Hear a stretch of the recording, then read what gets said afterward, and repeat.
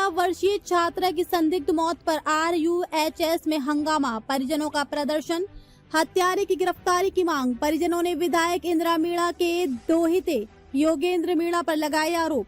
IAS residency की 13वीं मंजिल से गिरकर छात्रा की मौत, आत्महत्या या हत्या, उठ रहे सवाल। प्रतापनगर की 16 वर्षीय छात्रा की संदिग्ध मौत को लेकर RUHS अस्पताल में परिजनों का विरोध प्रदर्शन जारी है।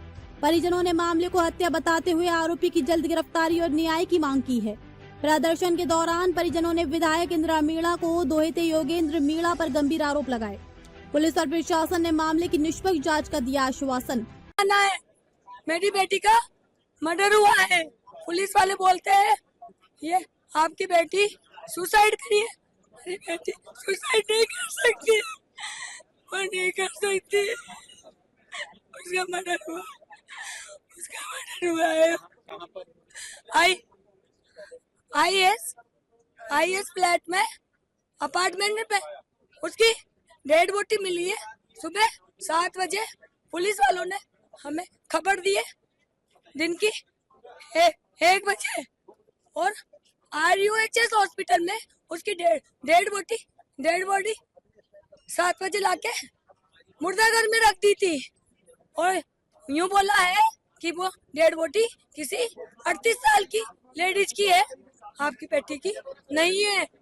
उन लोगों ने कोई एक्शन नहीं लिया अभी तक, कुछ भी नहीं, कोई कार्रवाई नहीं करी उन लोगों ने। मेरी बेटी इंसाफ दिलाओ, मेरी बेटी को इंसाफ दिलाओ। मेरी बेटी का नाम वंशिका गर्ग, पिता का नाम मनीष गर्ग, भाई का नाम वरुण गर्ग।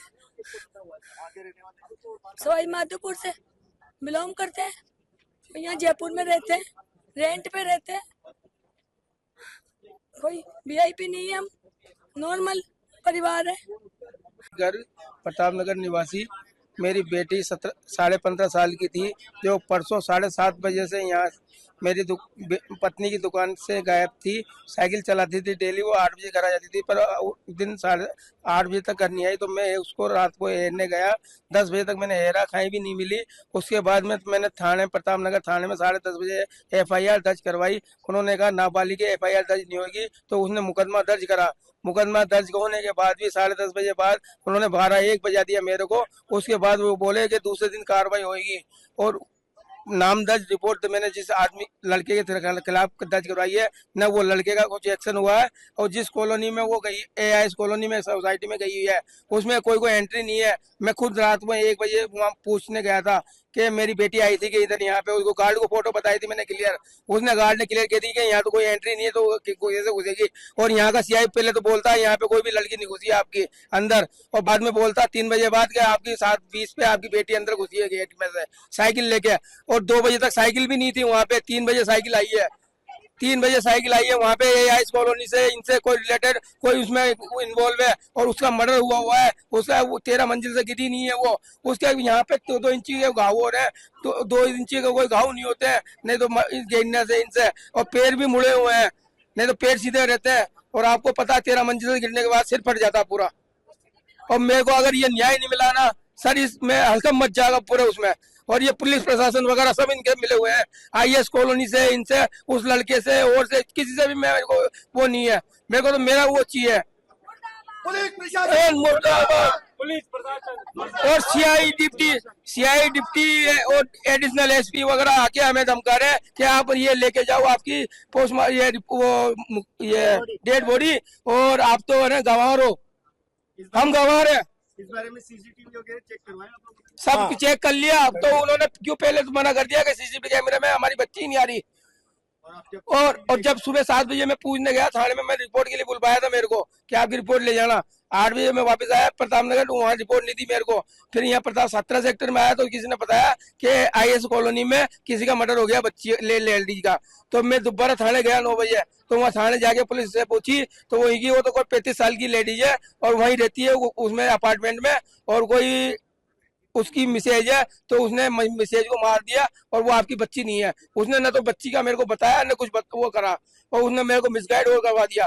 फिर उसके बाद में वो जिस एसआई के पास में मेरी वो रिपोर्ट थी, जो एसआई वो 1 बजे आया दिन में, 1 बजे आके मेरे से पूछ रहा क्या क्या कार्रवाई करनी है इसमें। तो मैंने कहा सर जो रिपोर्ट में लिखी हुई है वो कार्रवाई करो, मैं थोड़ी बताऊंगा आपको मैं क्या होता हूँ, मैं तो साधारण इंसान हूँ एक। तो उसने 1 बजे बाद फिर मेरे से बोल रहा है कि इस लड़के को फोन करा, लड़के ने बोला कि मैं तो गाँव हूँ, मेरे से बोल रहा है एसआई कि तू गाँव जाके एरिया जा तेरी बहन वो बेटी को, ऐसा ये बोल रहा है। पुलिस वालों का क्या फर्ज होता है ढूंढने का, अब वो तो ये बोल रहा है तुम जाके गांव में एरिया हो, मैं गांव में उसको हेरने जाऊंगा। तो फिर ये पुलिस काय के लिए खोल रहे हैं यहाँ पे, पुलिस रूम वगैरह है, ये ताले लगाओ पुलिस, वो इनके सबके ताले लगाओ ये। और फिर है ना मेरी बेटी को 7:30 बजे से है ना हॉस्पिटल में RUHS में लाके पटक रखा, और मेरे को 1 बजे वो जब वहाँ गए तो वो एसआई गया मेरे साथ में, तो CI वगैरह 7 बजे के तो वहीं बैठे थे और कुछ नहीं बता रहे हमें। और वहां पे जाके जब हमने गार्ड से पूछा कि क्या, उसने गार्ड ने हमसे पूछा क्या आए हो, मैंने कहा साहब लड़की ढूंढने आया हूँ, मेरी बेटी गुम गई है। तो उसने फोटो बताई बकायदा, उसके मोबाइल में ही थी, जिससे मैंने रात में पूछा क्योंकि ये है क्या, मैंने कहा यही तो मेरी लड़की है, तो क्योंकि ये तो ये ऐसे ऐसे हो गया। और उसके बाद उसकी जो साइकिल थी वो वहां नहीं थी, साइकिल आई है 3 बजे, इसका मतलब कोई ना कोई का अंदर से हाथ है और कोई कुछ इन्वॉल्व है, और पुलिस बार बार में आके धमका रही है। मैं सबसे अपील कर रहा हूँ। एक सवाल और भी है इसमें, एक प्रमुख सवाल ये है कि ये जो मर्डर हुआ है ना, इसका उस बिल्डिंग से कनेक्शन क्या है? भाई वहां पे जाके लड़की ने सुसाइड किया या मर्डर किया, जो भी हुआ वहां जाके क्यों हुआ? आज ये मेरी आज बेटी के सबसे साथ बड़ी हुआ, बात है, कल ये बड़ा प्रश्न है, बेटी के साथ होगा, इसको आप लोग बेटी के साथ होगा। वहाँ इतनी सिक्योरिटी होते हुए, हाई प्रोफाइल होने के बाद भी इतनी हाई प्रोफाइल सिक्योरिटी, जो IAS ऑफिसर रहते हैं, IAS कॉलोनी है पूरी, अगर वहाँ पे मेरी बेटी का जब मर्डर हो गया तो दूसरे की बेटी क्या सुरक्षित रहेगी? और 13वीं मंजिल के ऊपर जाकर 13वीं मंजिल पे जाके 13वीं मंजिल के ऊपर वो गई, और आप खुद समझदार है 13वीं मंजिल पर जाने के बाद अगर नीचे गिरेगा तो क्या वास्तव में इतना ही डैमेज होगा बॉडी का जितना दिखाई दे रहा है? और आगे 4-4 फीट के छज्जे हैं, क्या वो 12वीं मंजिल पे नहीं गिरेगी क्या? पुलिस इसलिए प्रशासन हाँ। की इसके अंदर घोर लापरवाही रही है। जब परिजनों के द्वारा 10:30 बजे रात को 5 तारीख को 10:30 बजे पुलिस को ये रिपोर्ट दर्ज करा दी गई थी कि इनकी बेटी कहीं गायब है। पुलिस के द्वारा 15.5 साल की बेटी होने के बावजूद, एक नाबालिग लड़की होने के बावजूद और नामजद विद मोबाइल नंबर उस लड़के के इन्होंने रिपोर्ट दी है, उसने पुलिस ने कोई कार्रवाई नहीं करी। पुलिस ने बहुत ही ज्यादा लापरवाही बरती है, चूंकि ये मामला एक IAS रेजिडेंसी जिसके अंदर IAS और IPS रहते हैं, 300 CCTV फुटेज है, वहां पर 24 घंटे के गार्ड रहते हैं और वहां पर बिना किसी इंफॉर्मेशन के, बिना किसी रिकॉर्ड के कोई भी व्यक्ति वहां एंट्री नहीं कर सकता।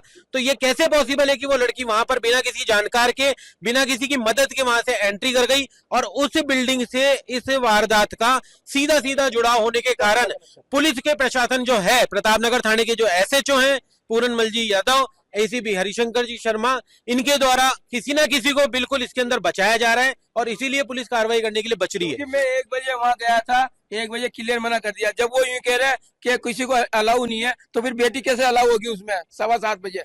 अच्छा एक बात और है, अभी तक क्या जो बात जो मेन इसमें है, IAS कॉलोनी रेजिडेंसी है सरकार की, एक IAS IPS अधिकारियों की बिल्डिंग, और सबसे बड़ी बात यह है कि जो एक नामजद लड़का खुद आगे से कॉल करके धमका रहा है, वो अपने आप को एक विधायक का बेटा, बामणवास की विधायक इंदिरा मीणा, कांग्रेस की जिलाध्यक्ष इंदिरा मीणा का बेटा योगेंद्र मीणा, जो बार बार आगे से कॉल करके कह रहा है आपकी बेटी आ गई क्या? तो मैं पूछना चाहता हूँ, अगर आप अपराधी नहीं है तो आप एक व्यक्ति को क्यों बार बार कह रहे हैं? व्हाट्सएप कॉल नहीं, मैं आपको बताना चाहूंगा एक और चीज, इंदिरा मीणा के पहले भी 2 केस ऐसे योगेंद्र के बन चुके हैं।